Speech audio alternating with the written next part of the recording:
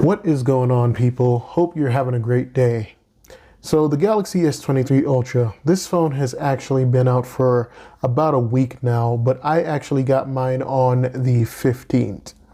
And I want to share an update on some things. You know, I'm always doing these weeks later videos, and essentially you kind of never really know what you're going to get with me, I guess.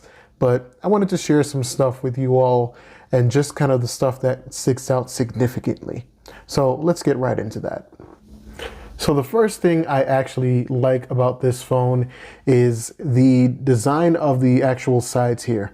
Samsung has gone ahead and actually flattened them out as opposed to having them curved like we've seen in the Note 20 Ultra and the S22 Ultra. This is actually kind of like a unibody shape, and what this design really gives you is an easier way to actually grip the phone. I no longer feel like the curved sides are kind of like digging into my hand, not that they did severely with the S22 Ultra or the Note 20 Ultra, but now that I can actually have my fingers kind of like flat on the sides here, it does feel better for the overall ergonomics when using this phone. I feel like that was actually feedback that Samsung was given. A lot of people wanted that flatter display, so yeah, glad that they did it here. So the next thing about this phone that sticks out to me is, even though this phone has 1750 nits of brightness, it's not all that bright to me. It's like, I feel like it's more like 1000 nits of brightness, and maybe Samsung rounded it off somewhere. But as you can see here, I have the extra brightness on, and if I turn it off, the screen does go a little bit dimmer. And if I turn it back on, it gets a little bit brighter, but it's not as bright as I would actually expect it to be. And I mean, this is probably enough. You know, I kind of like to blind myself, I guess you could say. But when I hear 1750 nits, like, I'm thinking really, really bright screen. The other thing about this display is that I feel like the colors come off a little dim, or I guess kind of dull in a sense. Right now, I switched my screen back to the natural profile here, but I usually keep it on vivid, and I put my white balance all the way down to cool over here. When I did that on previous Samsung devices, the colors were more saturated and everything, and I know that Samsung is kind of trying to, you know, meet that middleman somewhere. They want to please the people who actually want the maybe the Adobe RGB spectrum or something like that, and please the people who like the saturation like myself. Maybe I'm a weirdo.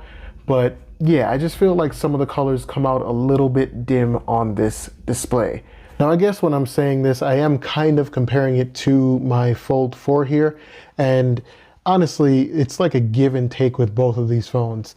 This has a 4K display, and the pictures it's going to take, like this picture of some flowers we have in the house here, that's going to have more detail. But yeah, this looks a little bit more realistic, but I do kind of like the saturation of the colors you get with the Fold 4 here. And really, this is about personal preference anyway. So this may be something that some people are going to like, and some people may start to notice just if they've heard it or if they've seen it. But yeah, overall, I just kind of think some of the colors are a little bit dim. Could also be my eyes, though. I am getting old. I guess one example I could kind of go with is, if you look at the Adobe Acrobat for Samsung icon here, it's like a deeper red, a deeper saturated red on the Fold 4, while on here, it does give kind of this like warm tint here. And that's kind of the theme with all the colors on both of these phones. Like, they just seem a little bit more saturated here on the Fold 4, to me at least, but you probably won't be able to see this on camera anyway, so maybe explaining it is probably not the best thing either. The next thing about this phone that stood out to me is that it does stay very cool. Now, I'm not saying that I have had any sort of thermal issues with my Fold 4, or really mostly any Samsung phones, but when I'm doing really, really strenuous activities and everything, the phone does keep pretty cool. And that is due to that bigger vapor chamber Samsung put into this device. I think the only time I've actually had this phone heat up in like a significant way, and even then it wasn't that bad, is when I was doing my smart switch transfer. And that took me about like 4 or 5 hours just to get everything over from my Fold to here. And yeah, the phone the phone kind of stayed like lukewarm, and it cooled down. It cooled down pretty fast. So yeah, kudos to them on the bigger vapor chamber and keeping the phone cool. Next thing about this device is that the Android 13 and One UI 5.1 update make this device actually feel snappier than even most other Samsung devices. And you know, Samsung's devices as of late haven't been slow. They haven't felt laggish or anything, at least not to me. But there is like this like little extra snappiness to this phone with both of those updates and everything. So yeah, performance wise, really good here, and I'd be surprised if it wasn't. The next thing that stood out is this silicone case that Samsung makes here. I think I like this thing a lot more than I actually should. Like, for some reason, it's just so simple. You know, you put the phone in, you use the phone, it protects it. You know, you have a lot of grip here. Like, the material that they use is actually super easy to grab here, and there's a lot of friction to it. So I really like this case a lot. Also, if you notice right here, there's like a little strap, and this is going to allow you to actually use your phone one-handed a lot better. So I would definitely take a look into this case. You know, it's a simple case, and I feel weird like being that enthusiastic about it, but I just like this case. Oh, and also the good thing about it is if you don't want the strap there, you can actually either adjust it or take it off fully by just kind of removing it from here. I'm not going to do that right now because I don't need to, because I want this on here. But yeah, it's a versatile, slim case, I guess. Now, I don't think a week later video would actually be right if I didn't mention the new camera upgrades here. And you know, I feel neutral about them. I don't mean to say that in a bad way, but the 200 megapixel camera and the 1.7 aperture of that camera actually do make a difference in terms of the low light quality. As you can see here in some of these photos, you can see a lot less bleeding of lights when you're looking at night photos and things of that sort. So yeah, the camera system here is it's good. It's definitely good. I can't say that I am crazy excited about it because honestly, the 108 megapixel camera was already good on the phones that it was on, and the 200 megapixel camera here does add, you know, some more details. But really and truly, am I switching the camera to that mode all the time? Am I needing to zoom in on my photos all the time? No, because I'm probably just going to use the regular zoom anyway. But if you are a photography person, or like a professional photographer, I meant to say, then yeah, this is the camera phone for you for sure.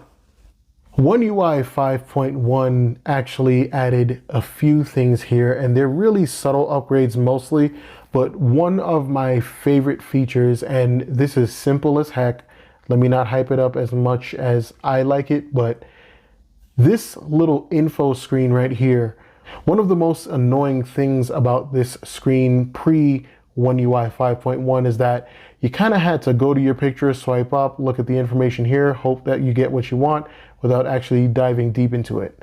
Samsung has actually simplified that screen and has given you more information. So now, as you can see, I have the size of the photo, the resolution, the actual camera I took it with, the aperture, the exposure value, the shutter speed, the actual length of the camera lens I'm using, and the ISO. So this is pretty useful information, and this was just something that really stuck out to me personally.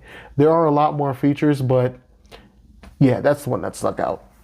If you saw the presentation that Samsung did for the S23 series, you would most likely think that the biggest upgrade here was probably either the Snapdragon 8 Gen 2 or even the 200 megapixel camera. And honestly, those are, you know, worth pointing out as upgrades. However, I really feel that the biggest upgrade that this phone comes with is this, the battery life. So we have been promised good battery life on Samsung devices and Android devices in general for a pretty long time, but obviously that is a hard promise to keep because everybody's configuration is different, and that's something I always say. Now, I left my house at about, I want to say 6:45 a.m. this morning, and it is now 9:31. You can see here that my battery life is at 32%, but if we dig a little bit deeper and look at the usage, I've been using this phone for 18 hours and 48 minutes. My screen on time has been 5 hours and 4 minutes combined with everything I've done. And my screen off time has been 13 hours and 44 minutes. Now, some of the things that I actually do on a daily basis. When I get into my car, I have a wireless Android Auto system that this phone directly connects to. So it is transmitting using the wireless adapter in here constantly to that adapter. I'm playing music, I'm using Google Maps, I'm pretty much navigating, I'm doing whatever I'm doing. So that does draw a lot of power, or it can draw a lot of power. I take photos almost daily with this phone because obviously I'm testing it to kind of see what the quality of the pictures are like. I take some video, I use the S Pen, I watch YouTube, like a lot of standard stuff, but really and truly what I'm getting at here is that the battery life on this thing is like,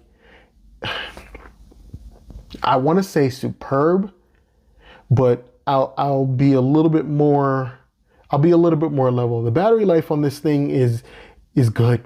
Like it's good. It's good. I think it really finally achieves the promises we've gotten from Samsung and from other Android manufacturers by really just making all of the parts in here efficient as they can actually be. Remember that point that I made about, the phone not getting hot? Well, that contributes to it. The efficiency of the Snapdragon 8 Gen 2 and the partnership that Samsung has with Qualcomm now to really be able to kind of fine tune the performance of this phone, like everything just goes into it. So I will say that if you are looking into this device, battery life is something that I think the battery life is something you're going to enjoy. So for this last significant thing about my week with this device here, I don't know if any of you have picked this up, but I'm not really enthusiastic about this device. It's not that I hate it. It's not that it is a bad device. It's just overall, in a nutshell, I don't know if the upgrades here are worth it for everybody.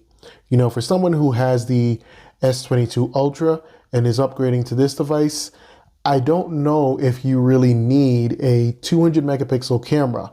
I don't know if you would benefit from the battery life as much because the S22 Ultra, the battery life is not as good as something like the S23 Ultra, but here's the thing. The battery life right now is only good on this because of the optimizations made to it. Any software updates, anything could change that. I do know that when Samsung started distributing the One UI 5.1 update to older phones, those had battery issues, and it could definitely be the same thing here. And even another thing here, the S Pen, which was essentially the main part of what you would get with a Note, like there are just no new tools here. There's nothing here. Air actions and everything have not been upgraded. They've had time to kind of integrate this into a lot of different apps. And these are the 4, 8, 12, and then the 2 apps here, and then the main features here, just sort of like the general features here. There's not really anything new. Like there's just been, I don't know, it's just been like a copy and paste. And I can't really express this in the way that I want to because I don't want to completely turn someone off to this device. There are a lot of efficiencies and a lot of things in here. It's just that I don't know if it's going to be worth it for someone coming from the S22 Ultra. And also, I won't lie, it does kind of make me scared for the future of Samsung devices because this is more of a refinement device. It took the things from the Note and essentially the things from the S22 Ultra and it's kind of refined it into this device. But if we're going to now be getting more refinements than we are upgrades, like generally new features, I just, it just doesn't, I don't know. Like I said, for me, it just does not seem worth it, especially with the price of these devices going up and up and up. Also, Samsung offers abysmal trade-in values for their devices right now. And I guess that is actually one of the factors that is kind of making me feel this underwhelming feeling because Before, you'd actually get a pretty significant penny for your older devices to trade in towards Samsung's new devices, and I just don't see that happening here. There was just something about the way Samsung valued their customers and everything, and I hope this is not a sign of things to come in the future.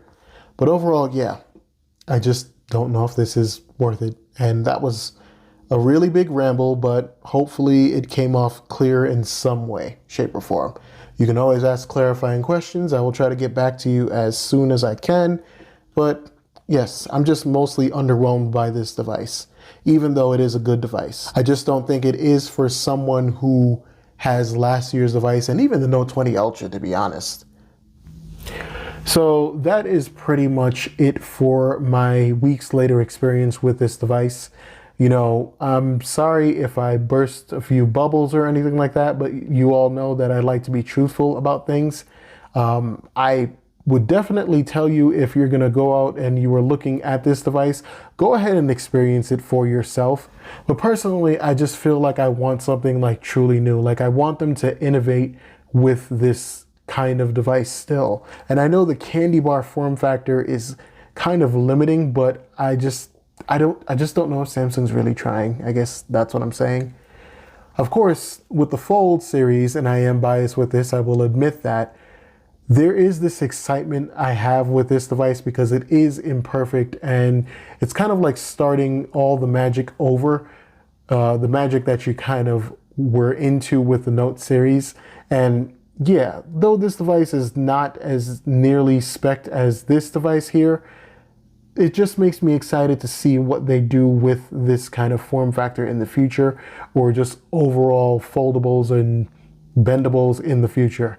But yeah, I think that Samsung can do some more work on innovating with the S Ultra series. Anyway, I feel like I've talked too much and rambled too much. So with all of that being said, this is the end of my experience with this phone so far. And I know I make a lot of random points and things of that sort, but I do appreciate all of the support by watching these videos.